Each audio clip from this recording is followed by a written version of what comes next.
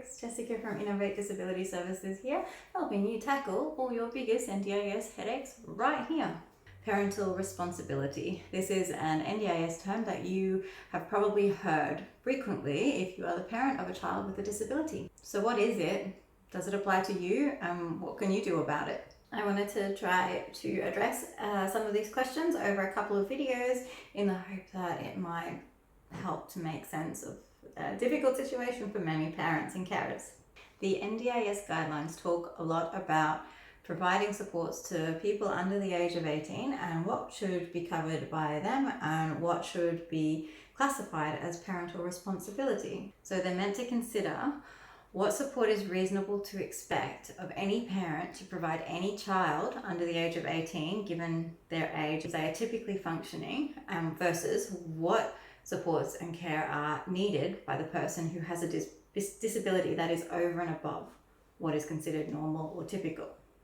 So when it comes to core support such as in-home support, short-term accommodation, otherwise known as respite, and support to access the community, what you may be able to receive tends to increase with the age of the child and around the difference between a typically functioning child and your child. If you are talking about a very young child, say 7 or 8, it's typical to expect most parents to provide most of their support and getting around and community access and all of that all of the time anyway. So you would automatically expect them to have a substantial level of support.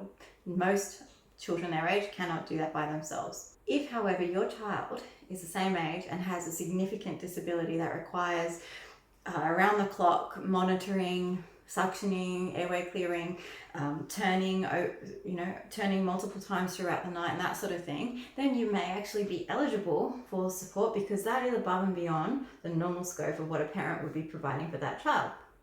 If you're talking about a 1-year-old, you're probably less likely to get that help because most parents, unfortunately, are up at that time throughout the night anyway. They'll have disturbed sleep. It's part of parenthood mostly. As your child gets older and the difference between where they're at and their typically functioning peers, that's when you should start to be able to quite easily justify the need for additional supports and services.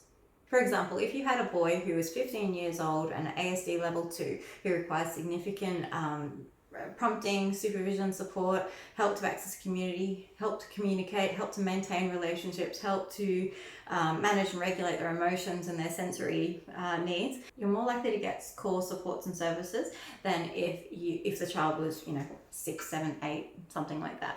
So when you have a planning or review meeting with the NDIS, quite often you'll find that the NDIS delegate or your LAC will push back with the whole "that's parental responsibility." Actually, it's not always the case, and there are so many examples of where people will hear that and it's not true at all, and having some idea about what you should say at that point is really it's good preparation for going into that meeting. Thank you so much for watching, and if you have any questions, as usual, flick me an email at info@innovatedisabilityservices.com. Also, if you have any NDIS headaches that you would like me to delve into, please also comment in the post below. I look forward to hearing from you. Take care, and I'll post again soon. Thank you. Cheers.